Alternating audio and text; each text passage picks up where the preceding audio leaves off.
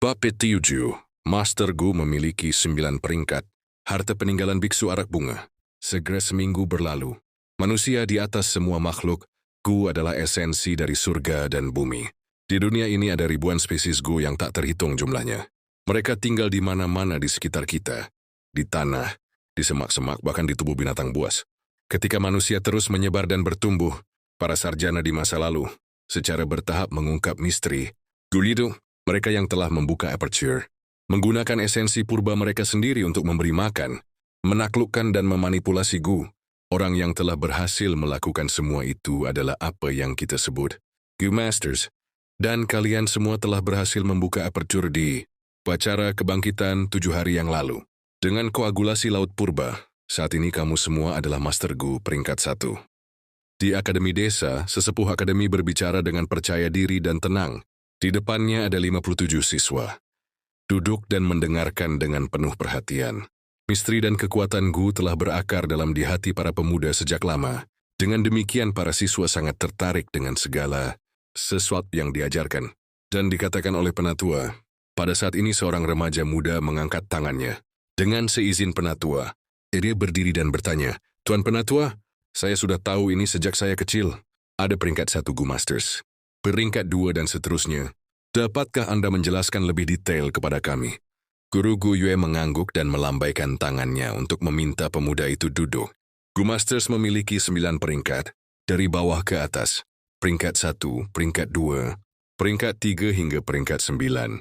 Setiap peringkat dianggap sebagai bidang besar dan dibagi menjadi 4 bidang kecil, ya, tahap awal, tahap tengah, tahap atas, dan tahap puncak. Kalian semua baru saja menjadi Gu Masters. Jadi kalian semua berada di peringkat 1 tahap awal. Jika Anda semua bekerja keras dalam kultivasi Anda, basis kultivasi Anda secara alami akan naik ke peringkat 2, bahkan peringkat 3. Tentu saja, semakin tinggi talenta Anda, semakin besar peluang Anda untuk naik tingkat. Untuk talenta tingkat D, Laut Purba memakan sekitar 2-3 lapis aperture. Promosi tertinggi yang bisa dicapai adalah peringkat 1 hingga 2. Untuk bakat tingkat C, Laut Purba mencapai 4-5% aperture. Biasanya kemajuan berhenti di peringkat 2, tetapi dengan keberuntungan sebagian kecil orang dapat naik ke peringkat 3 tahap awal. Bakat tingkat B memiliki Laut Purba yang membutuhkan 6-7% dari aperture. Midowski dapat berkultivasi menjadi peringkat 3, bahkan sejauh peringkat 4.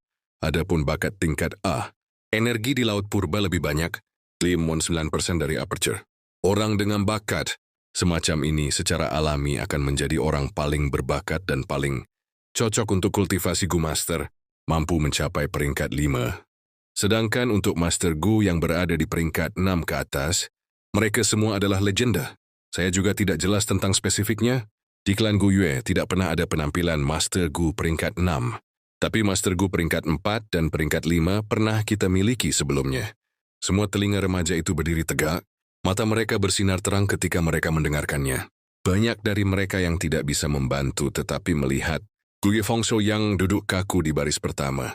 Lagi pula dia adalah talenta kelas A. Mata mereka dipenuhi dengan perasaan iri. Pada saat yang sama ada beberapa yang menatap sudut di baris terakhir ruang kelas. Bersandar ke jendela di sudut adalah Gu Yue Fang Yuan, yang membungkuk di atas meja tertidur nyenyak.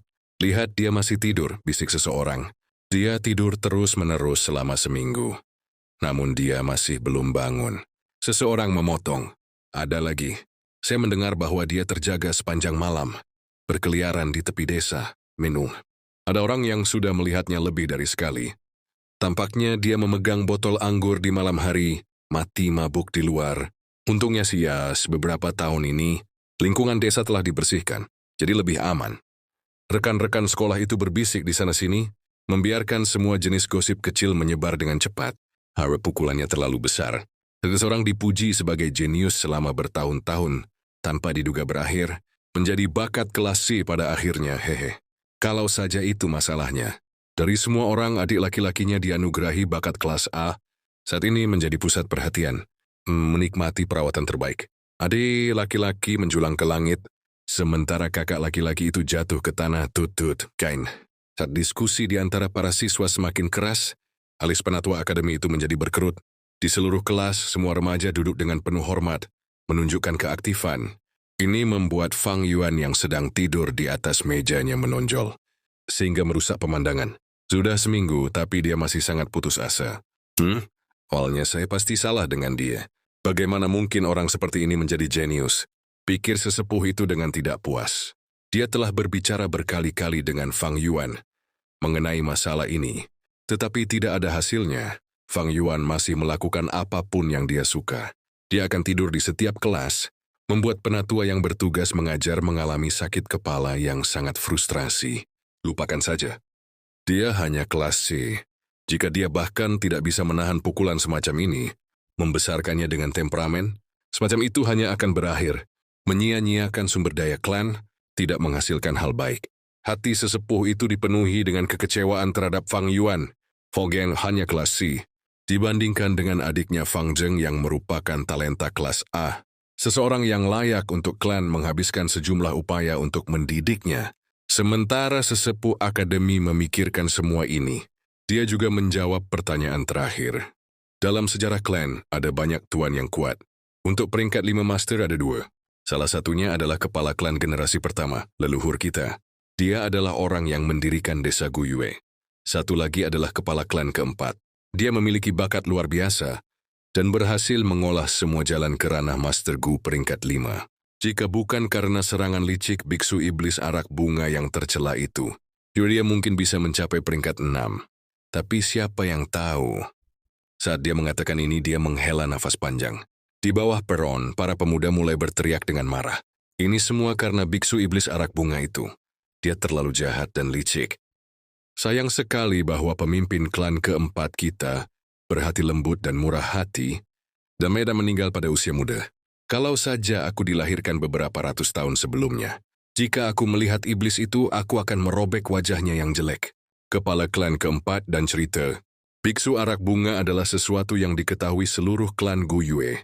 Biksu arak bunga juga adalah Master Gu peringkat 5, terkenal di antara faksi iblis di masanya.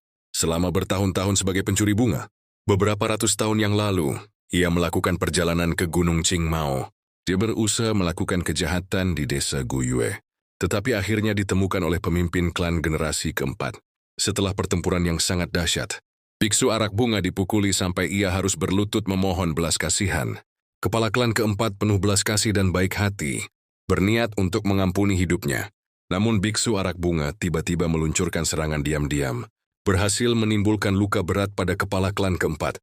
Kepala klan menjadi sangat marah, membunuh biksu arak bunga di tempat. Namun luka beratnya tidak dapat disembuhkan, dan dengan demikian ia meninggal. Oleh karena itu, di dalam hati klan Guyue, kepala klan generasi keempat adalah pahlawan besar yang mengorbankan hidupnya untuk desa. Biksu arak bunga ya? Dibangun oleh obrolan berisik di kelas, Fang Yuan membuka matanya yang mengantuk. Dia meregangkan tubuhnya dan berpikir dengan kebencian di hatinya. Biksu anggur bunga ini, di mana dia mati? Mengapa saya masih tidak dapat menemukan warisannya? Setelah mencari di seluruh desa, dalam ingatannya, ada seorang guru Gu dari klan yang patah hati dan mulai banyak minum.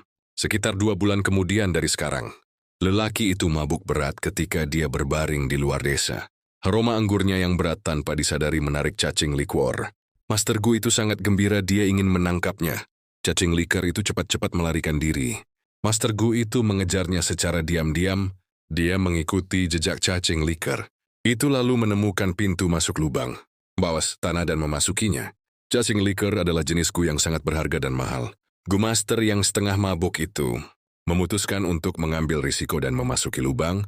Ia menemukan dirinya berada di dalam gua bawah tanah rahasia. Setelah itu ia menemukan tulang-tulang, biksu arak bunga dan warisan yang ditinggalkannya. Ketika sang Master Gu kembali ke desa, ia melaporkan penemuannya dan segera menyebabkan kegemparan besar di antara seluruh klan.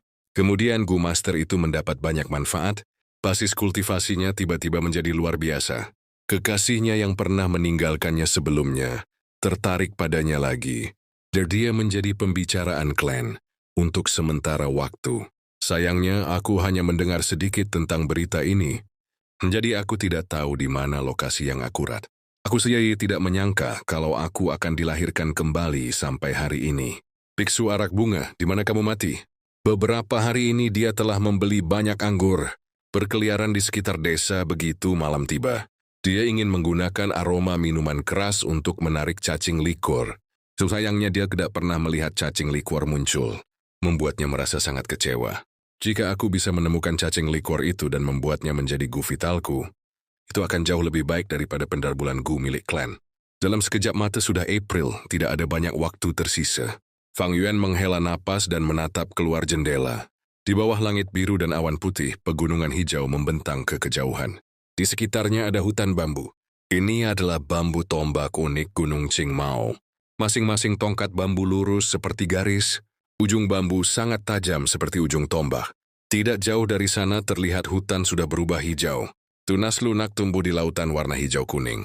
Sesekali burung pipit yang cantik dan berwarna-warni akan bertengger di dahan. Angin musim semi berhembus, membungkus kesegaran gunung dan sungai, dan menyebarkannya ke dunia. Tanpa menyadarinya, kelas hampir berakhir.